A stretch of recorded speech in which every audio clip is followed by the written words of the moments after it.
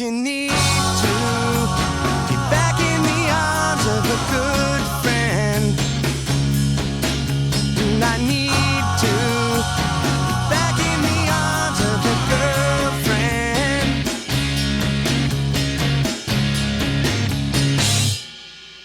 I didn't know nobody. Matthew Sweet is an American singer, songwriter, and musician from Nebraska originally. In the 80s, he started, while he was in high school, he was in several bands and duos, including with Michael Stipe and his sister Lydia Stipe. He released his first solo album in 1986, and his 18th and most recent was in 2021. Hi, my name's Dan, and this is a review of the album Girlfriend by Matthew Sweet. It was released in 1991. It was his third studio album. It was his breakthrough album, I believe, and it's my first time listening to this. So I would, this has been described as power pop. I would say it's pop rock. Both Acclaimed Music and Wikipedia say power pop. I still have not totally got my head around the difference between what you'd call power pop and what you call pop rock. At one point, I think I felt like I had a bit of a difference in my head, but now I've lost it again. If you know, if you feel like you've got an authoritative or at least opinionated thing to say on that, please let me know through the comments. I'd love to hear on anything like that. Musically, I'd say there's actually two modes here. There are faster, more rocky tracks with an element of blues to them, I would say.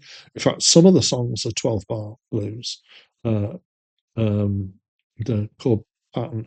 And then there are slower tracks. There's only a few of those, but they're more countrified, particularly with slide guitar sound, emphasizing that. I believe there's pedal steel and a non-pedal steel, whatever that looks like. I don't know. I want to actually particularly mention there are two guitar players here. So there's Richard Lloyd from television and Robert Quine from I don't know what. And there, so before let's quickly talk about my process. I listen as blind a way as possible first, and then I do a read up on the album, and then I do a second listen. So I get kind of very much first impressions, and then very much a more kind of contextualized listen.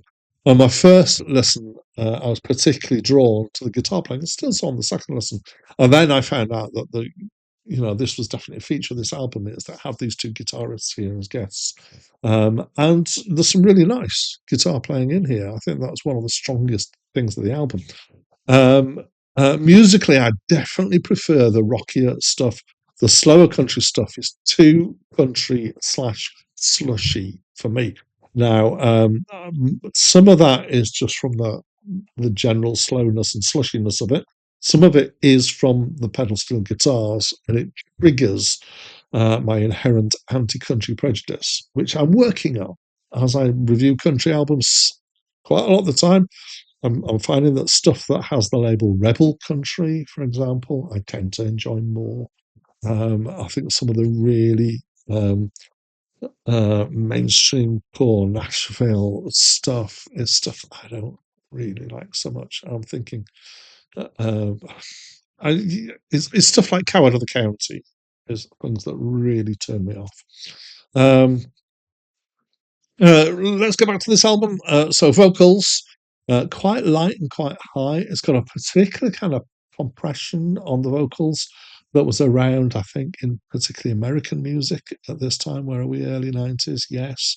And it was a thing that I felt kind of somehow softened the emotional content in here. There's some backing vocals. Some of the backing vocals are really nice. There's some the kind of strong harmonies and sweeping backing vocals.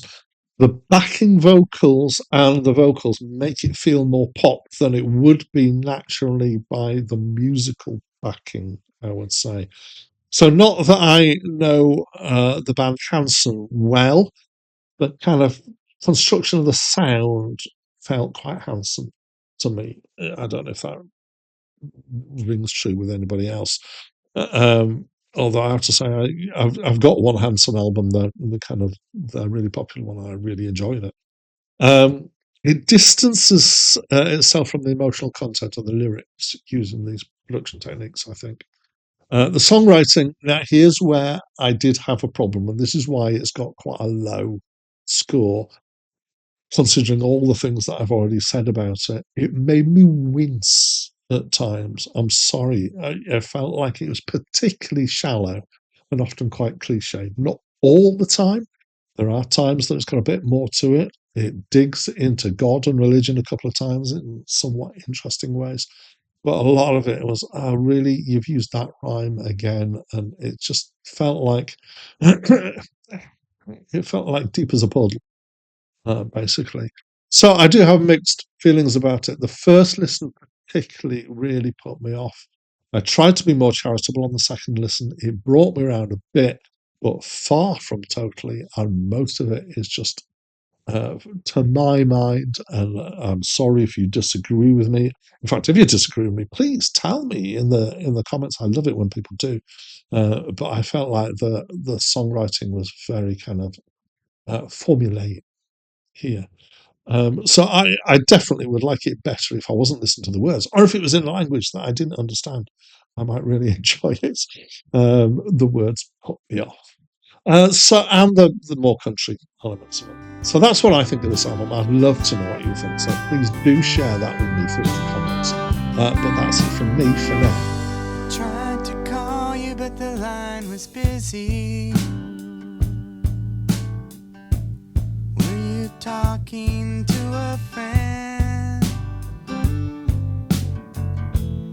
When I tried again much later,